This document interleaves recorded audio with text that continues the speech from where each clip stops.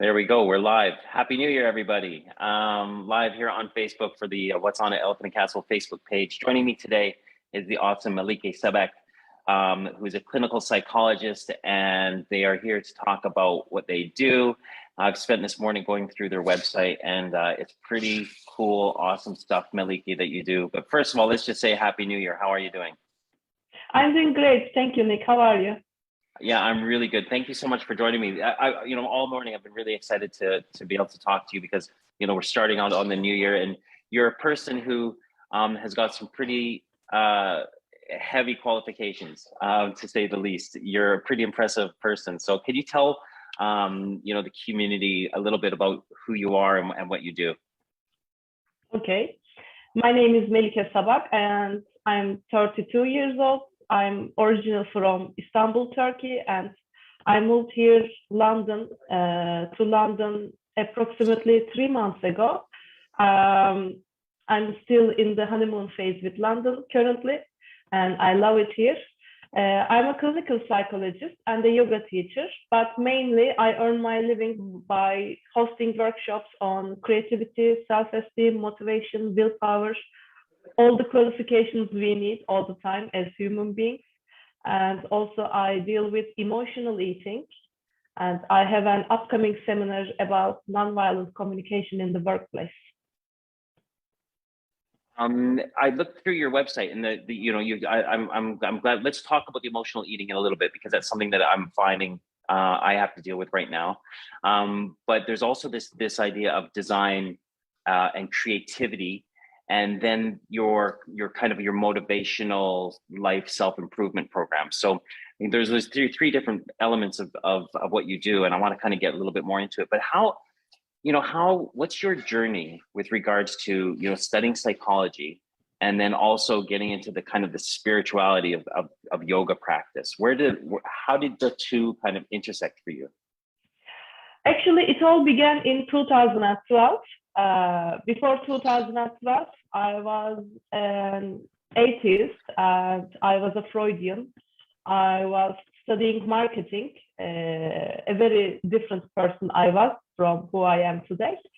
Then in 2012 summer, I went through some transformation. I had some depressive episodes, and while I was looking for a cure for myself, I found myself in psychology books in the field of psychology, and I was asking these ancient questions to myself, such as what is reality? What do we live for? What is the meaning of our lives? And I ran into some great men throughout history, like Plato, like Socrates, like Carl Gustav Jung, asking the same questions. Then I followed their leads. Then I found myself in the studying of psychology. I changed my department from marketing to psychology. I thought studying human soul was more of a nobler aim for me to do. Then I changed my department to psychology, and I was studying with scholarship, and getting a double major would be free for me. Then I wanted to get this also, so I also studied sociology as a double major. Then I find myself quite in a spiritual place. I attended the yoga class, and I still remember after the yoga class, I told myself, this is the best thing I did for myself ever. Then I decided then I decided to stick with it. And I have been doing yoga since 2013, and I have been a yoga teacher since 2017. So in 2012, to sum up, my journey shifted greatly to somewhere spiritual and somewhere philosophical somehow. I went through the dark night of the soul, as some of you may know the term. And from dark night of the soul, I exited that place with great insights regarding my life, regarding reality, regarding life in general. Can you explain to people the dark night of the soul? Sure. In our age, people and we tend to live very superficial lives. We are looking for to have popularity. We are looking for to have success, to have more friends, to have more money, to have beauty, to have youth, to have more and more and more. And we are in a constant comparing journey with ourselves, with others. And you can keep on living like this, but at some point, something bugs you from inside and something drags you from inside. And that's what Carl Gustav Jung calls actually collective unconsciousness. A call from collective unconsciousness comes for you, and it tells you that life is more than that, and you cannot keep on as you do, because you are not in a race to gain more popularity, to gain more money, to gain more success. And Dark Night of the Soul is some place where you stop and look around and decide what is the aim for your life, what is your calling, what are you here for. And in a sense, for a moment, everything seems meaningless, everything seems dark, everything seems temporary.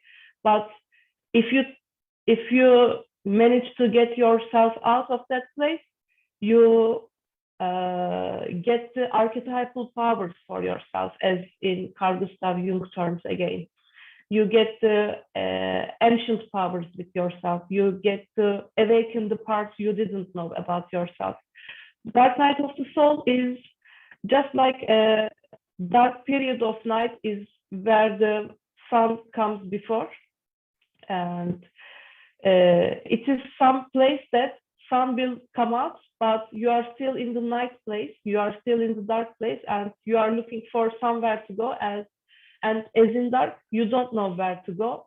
And the guidance only comes from within, and you listen to the teacher within meanwhile.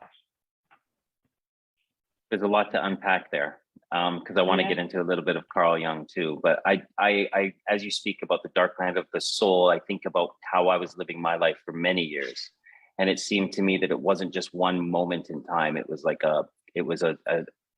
an elongated period of time of darkness, and that was through many years of just not knowing and always trying to come up with the answers in here, but never really looking in here. And as you said, we have to go within to find the self, is to go in. And then you mentioned Carl Jung, the collective consciousness and collective unconsciousness. Could you let's get it a little bit more into kind of Carl Jung, because I wonder if he would actually be a yoga teacher today if he was around. But talk about the collective consciousness. So how can I put this? Sigmund Freud came up with the term personal unconsciousness, and it was a revolutionary thing for us humankind to meet into. And Carl Gustav Jung says, as a species, we share a common knowledge. We share a common bank of information, if you may say. And as we progress evolutionary, physically, we can see the physical evolution in our bodies, right? We have a thumb, we have wisdom tooth, we have traits of brain from mammalian brain, etc. So, and we have our DNA and genetic makeup. So we can see the imprints of physical evolution in our bodies. And Carl Gustav Jung said, there is the physical side of the body and there is the spiritual side of the body, spiritual side of life. And he says these are the two faces of the same coin. It's not more mystical that to have a spiritual side than the physical side. And if we delve into the atoms, actually we can see that an atom is something very spiritual, because 99.9% of an atom is void, is space. We still don't know what constitutes physical reality also. So that is one thing. And Carl Gustav Jung says we also share a lineage of spiritual evolution, a psychological evolution. Think of the millions of ages humankind went through, and these spiritual evolution leaves an imprint in the mind, in a place called collective unconsciousness. And we can see the signs of collective unconsciousness in tribes, in fairy tales, in stories, in religions. We all seem to have a to share a similar pattern. For example, Joseph Campbell, a great mythologist, put this out in a very brave way, that he said we share a common heroic pattern, hero's journey in all tribes and nations' stories. So collective unconsciousness is the place where archetypes live, and we share our common knowledge about being a humankind. You know, we made wars for ages. We made peace for ages. We listened to the stories of reincarnation for ages, and we loved for ages. So all these common human experiences leave a common print in our mind, in the collective unconsciousness, and we get to be affected by it, actually. In terms of the evolutionary experience, you look back at ancient times. Humanity was far more spiritually awoke than we are today. There was a lot more ceremony that was going on. There was tribal ceremonies that happened with ayahuasca, and would be the Mama Earth ceremonies that were present. And that now we live in a world today where it seems like we're all individuals, as you talked about at the beginning, wrapped up in this idea of self and what do I need to make myself feel better, which would be a new suit or a new car, or always looking externally to try to fix an internal problem. Where do you think the disconnect started? Where do you think that humanity went from an awareness, a worshiping of the stars and alignments, to where we are today? Where did the disconnect really start to come in terms of our human evolution?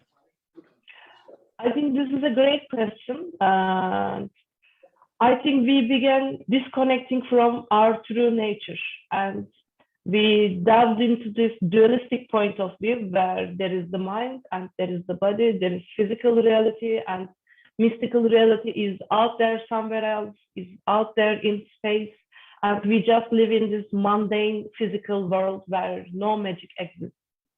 Actually, but quantum physics tells us nowadays real magic does exist. You put it this way, that we are individuals, we have our own body, we have our own lives, agendas. But in reality, in pure reality, we are not individuals. We are not disconnected from ourselves.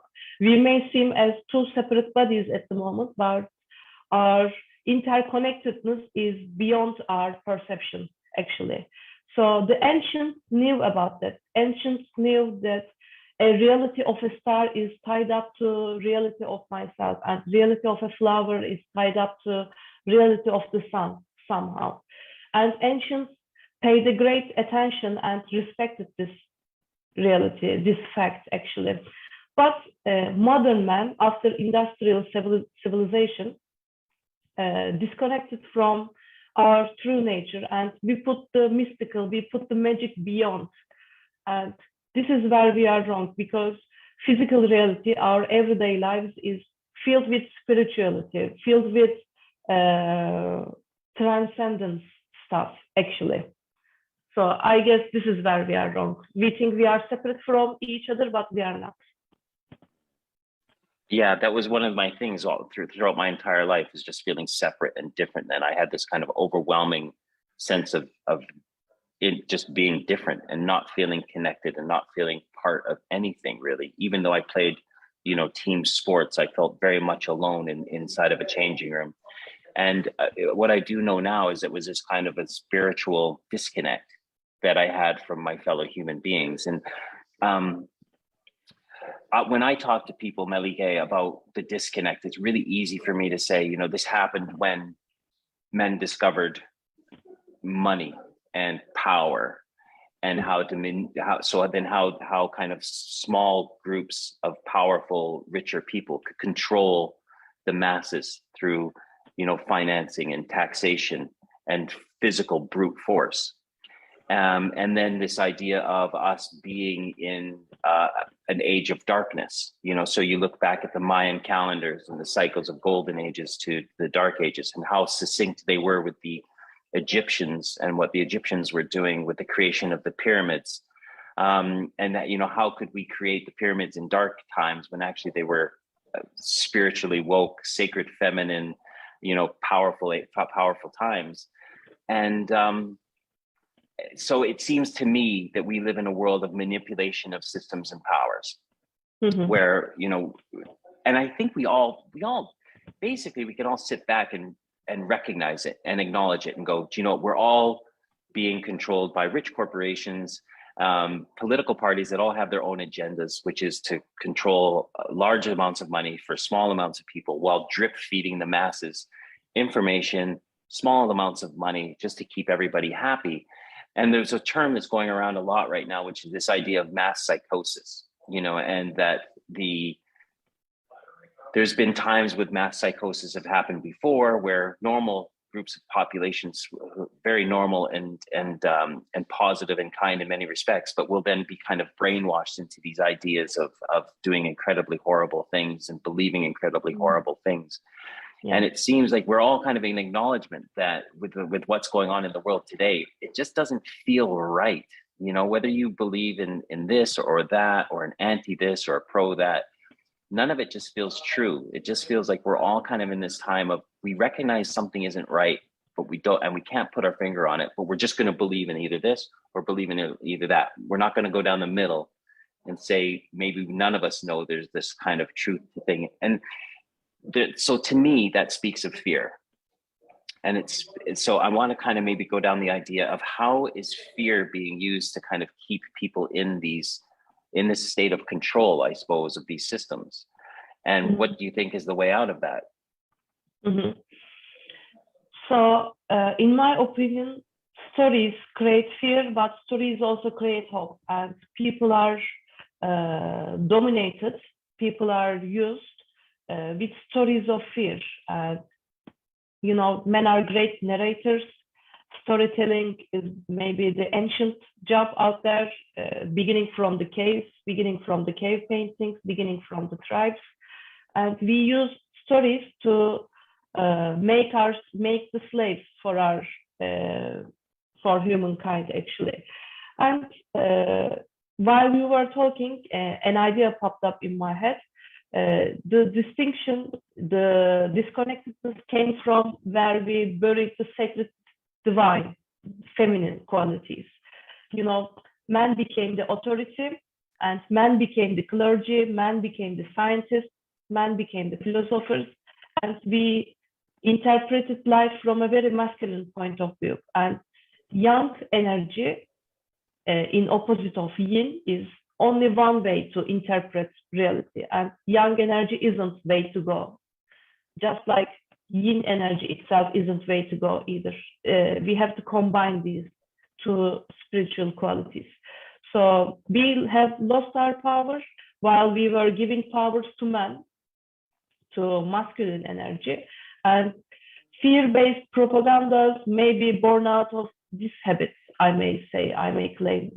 And people, just as you said, hold the money, hold the power, and people use authority, hierarchies to dominate other people, unfortunately.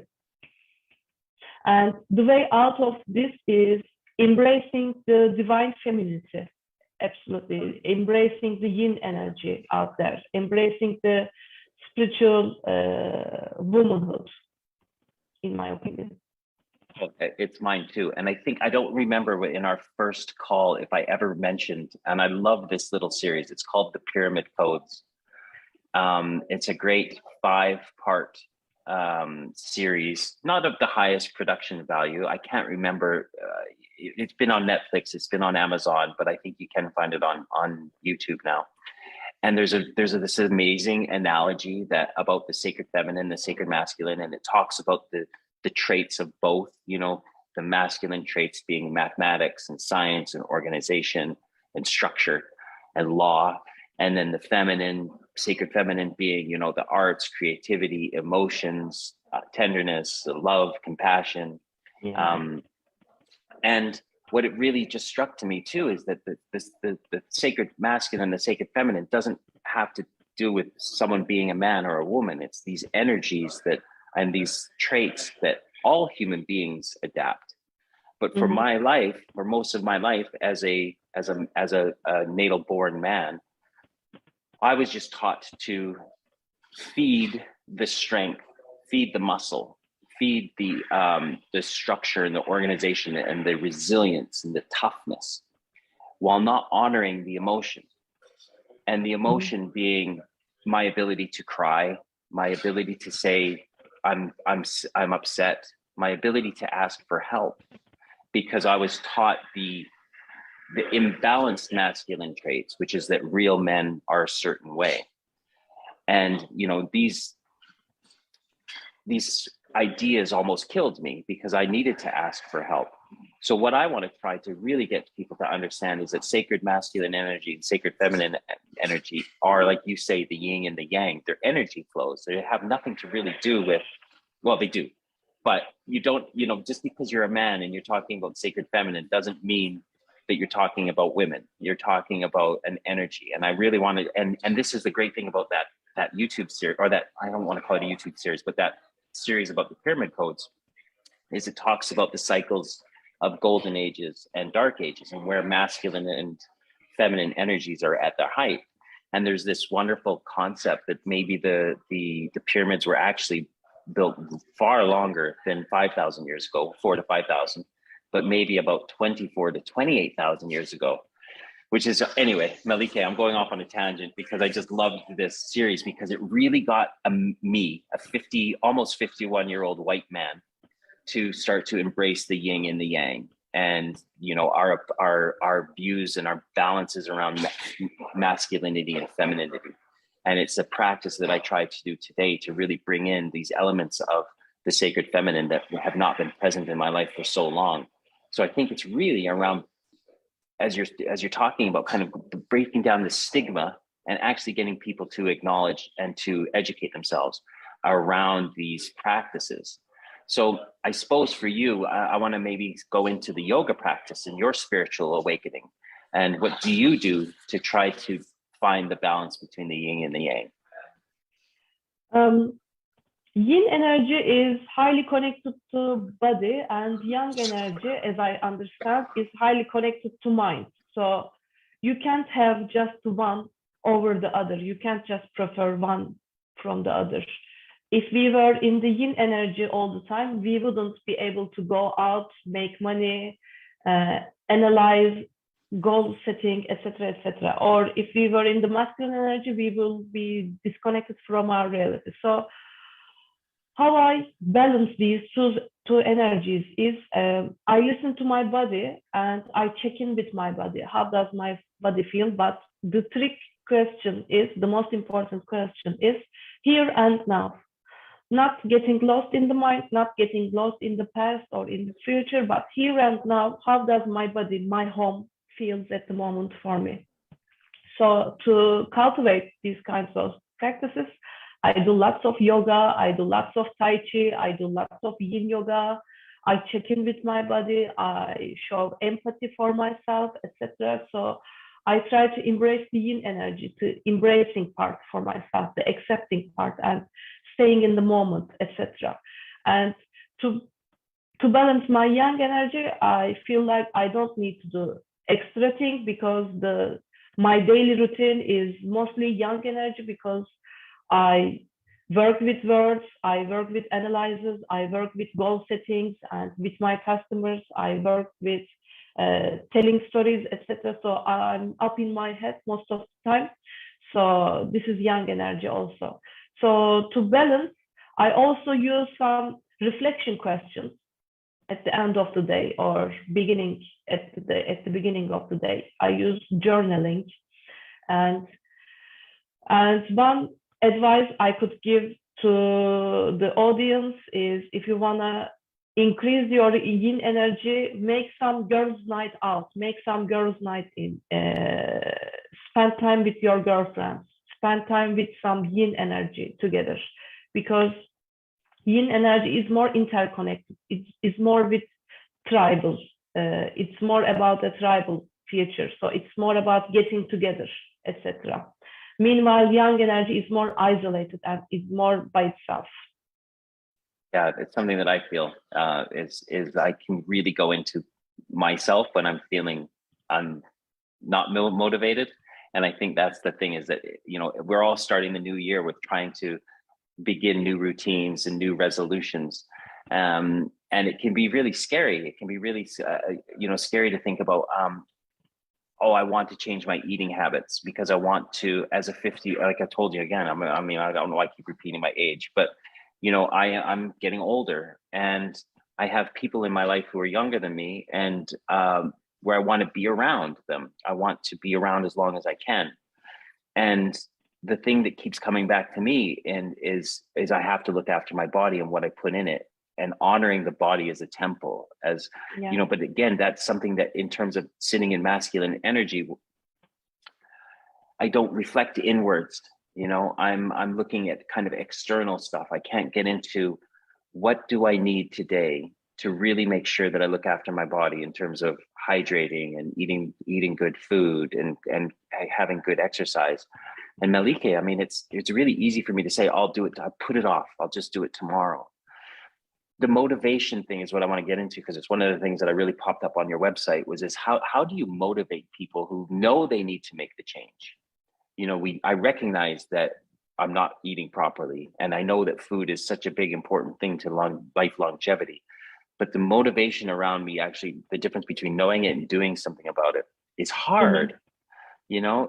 But even though I thought, this year it's before the new year, I was all ramped up and ready to go. And then as soon as we clicked into 2022, I went into fear again. So I'm lacking in motivation and doing things that I know I need to do. Yeah. How do you treat that one? Yeah, it is hard. It is hard. I agree with you because it's all about internalizing our decisions. It's so easy to say, I will do this, I will do that, I will be a different person by night, etc. But it's something different to feel it in the body and to commit yourself 100%. So my first cure would be advice of be humble. What do I mean by this? We are looking for high goals, high aims, high changes, big changes, drastic changes in a little time. Like I will eat healthy from now on. What I tell my clients is, first of all, be humble to aim lower. Not I will eat 100% healthy of all the time, but aim that my next meal will be 70% will be more healthier than what I ate yesterday. So one should be humble to take baby steps, and one should be humble to be able to say, I want to make this little change for myself, because we overrate what we can do in a day, but we underrate what we can do in a year. So what can we do in a day is something really little, but the change happens here and now. We cannot change in the future. We cannot change in the past. So one of my friends had told me that the best diets are written when you are feeling full. When you are feeling full, when everything is okay, you can write a perfect diet for yourself. But the change happens here and now. So how do I motivate my clients? I use the benefit of nonviolent communication. I make them connect with their emotions, with their feelings, which addresses us again to the yin energy. And when you are connected to your feelings, you can get an idea about what's going on in yourself and what needs do you require to build this habit. Do you need clarity? Do you need support? Do you need acceptance? Do you need physical comfort, etc.? I don't know at the moment. So what I advise people to realize your feelings, and if it's not a comfortable feeling, make that feeling lead to your need and fulfill that need just to get to your aim, etc.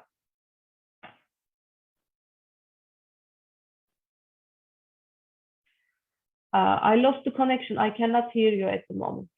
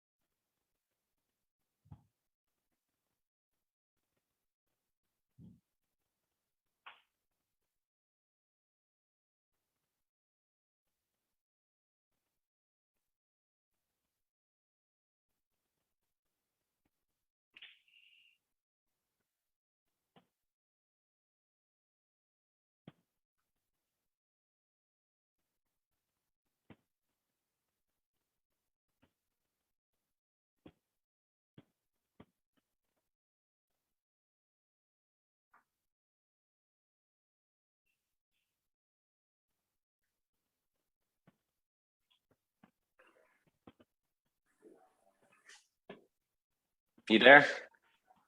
Yes, I'm there. Okay. I'm Okay. here.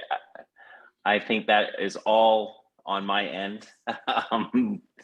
So that was a little blip on the Wi-Fi where I am right now. So we're back anyway. I'm just going to check Malika, just make sure that we are. It does say we're live on Facebook again. So I imagine we are going. So yeah, I think we are. Yes, we are. So that led me straight into the question now about emotional eating.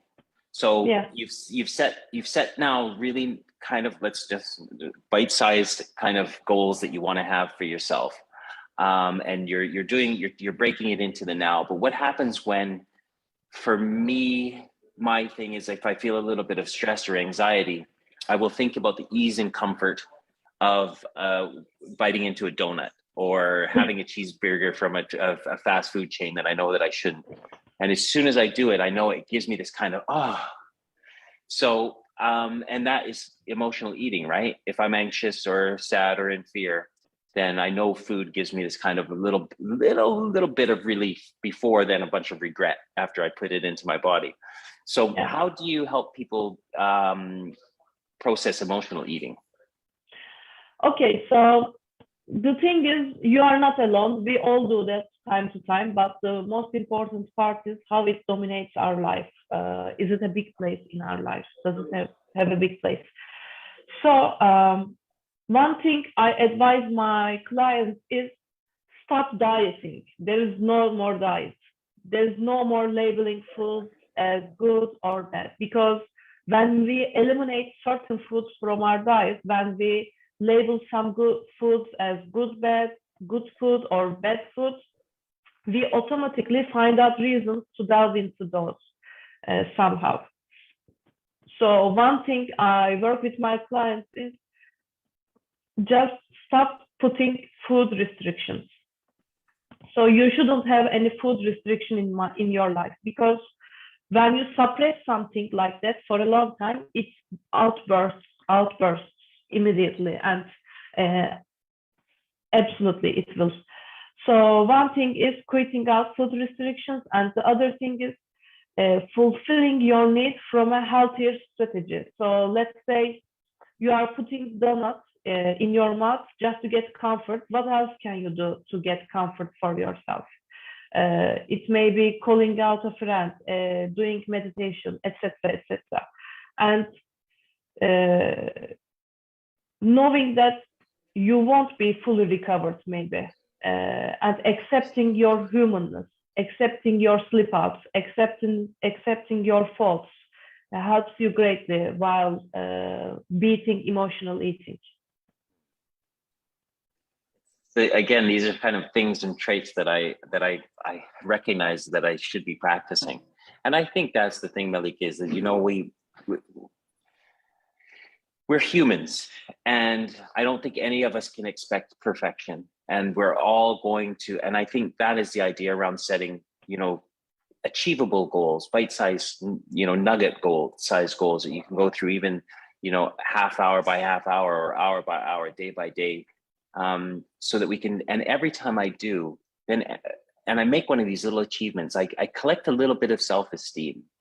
And I think that then when that kind of self-esteem comes in, I kind of can put my back up a little bit straighter, and I can walk with my head held high. Because for so long, when I beat myself up and I feel that regret and self-pity and I get into self, you know, that's when it's so much easier for me to comfort eat and emotionally eat.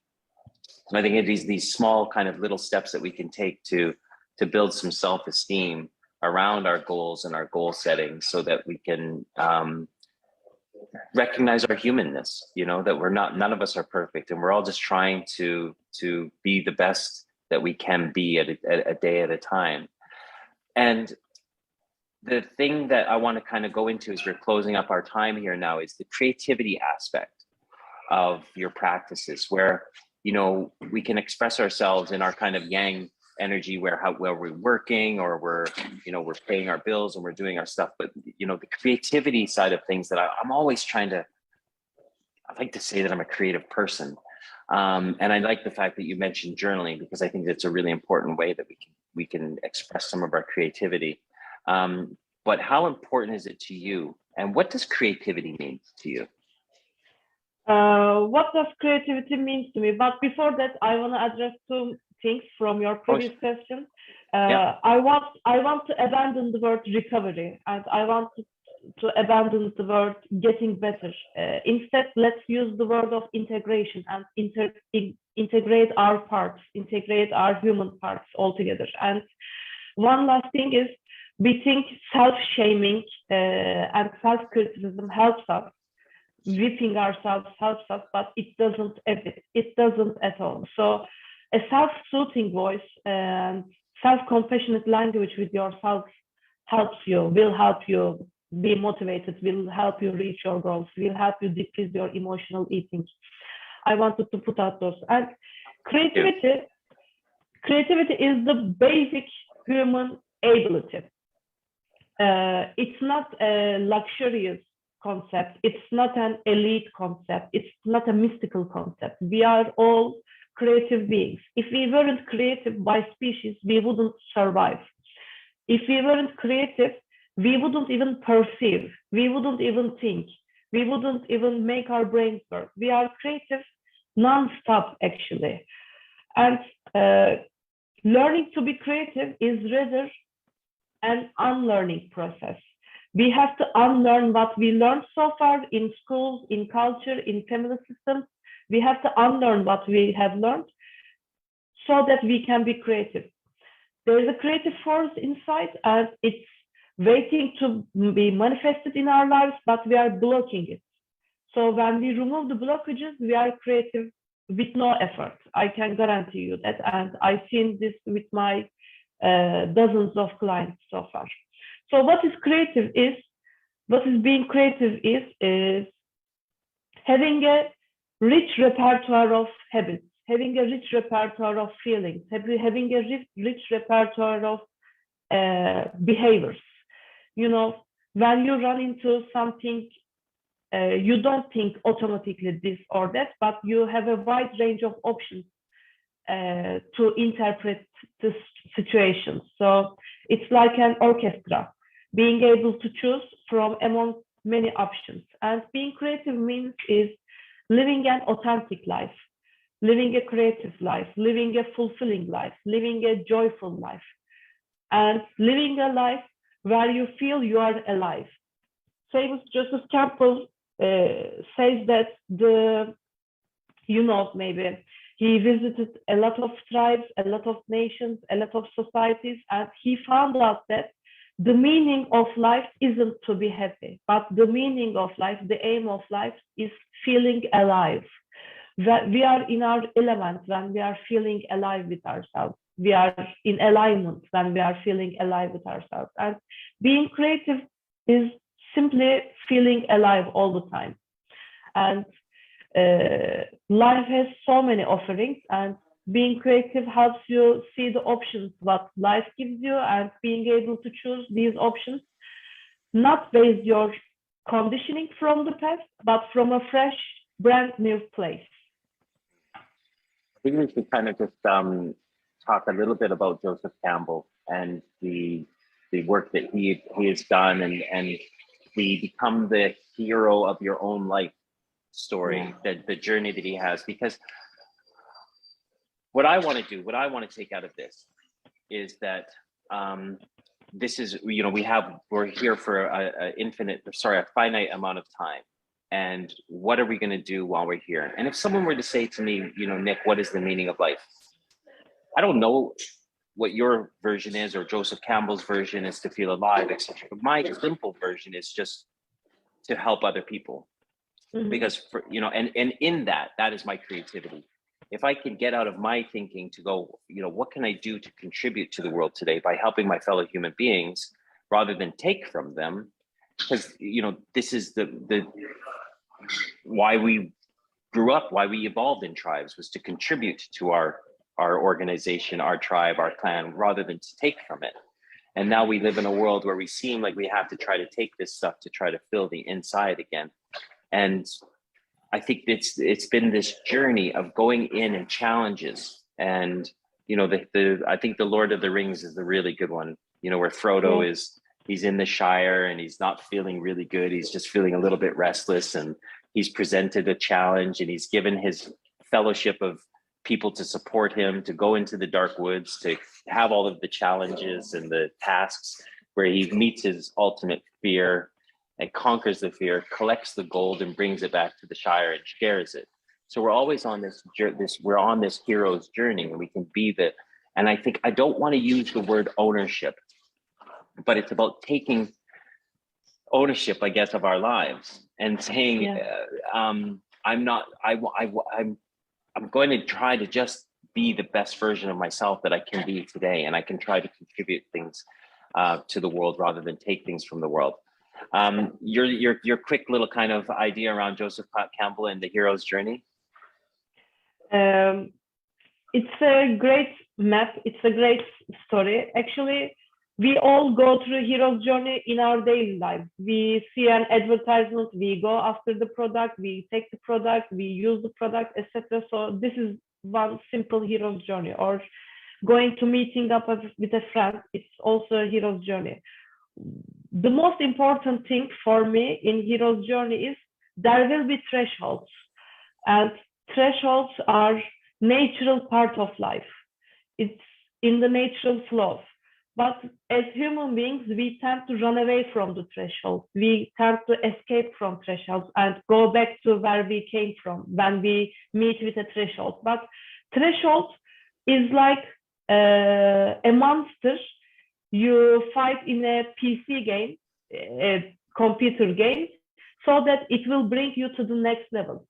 So what I would like to tell the audience at this point is, if you have a threshold in your life, if you have a hardship in your life, that means the next level is coming up for you. The next chapter of story is coming up for you. So hang in there. I would like to tell you this. Hang in there is a beautiful way to wrap things up, Melike. How can people get in touch with you? How can people get in touch with me? They can send me a DM from Facebook, or they can send me a DM from Instagram, and I would be glad to help them out. Well, if you just send me the links, I'll put them in the Facebook feed. But I want to kind of I just want your brief understanding of what 2022 is going to mean to you. How are you going to embrace this new, fresh 2022?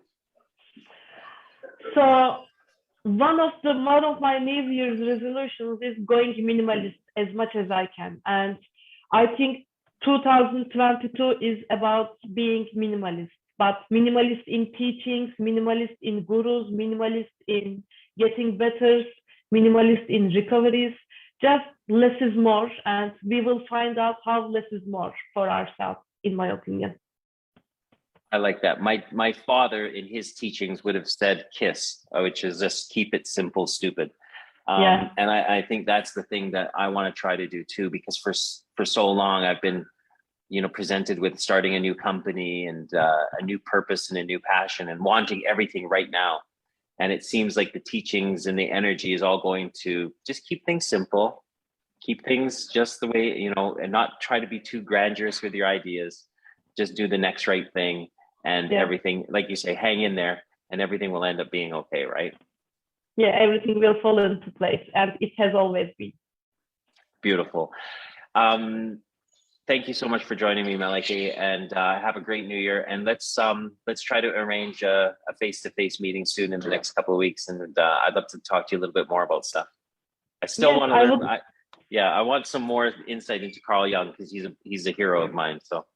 Yeah, I would love that, and I can never get sick of telling about Jung, so I'm it. Count me in, and thank you so much for having me. It was beautiful. Great. Thank you so much, and thanks everybody for joining us. And don't forget, you can join me on Thursday at 11 a.m. for another workshop to bring in the new year. Goodbye, everybody. Thanks again, and we'll talk to you soon, Melike. Bye-bye. Bye. Bye.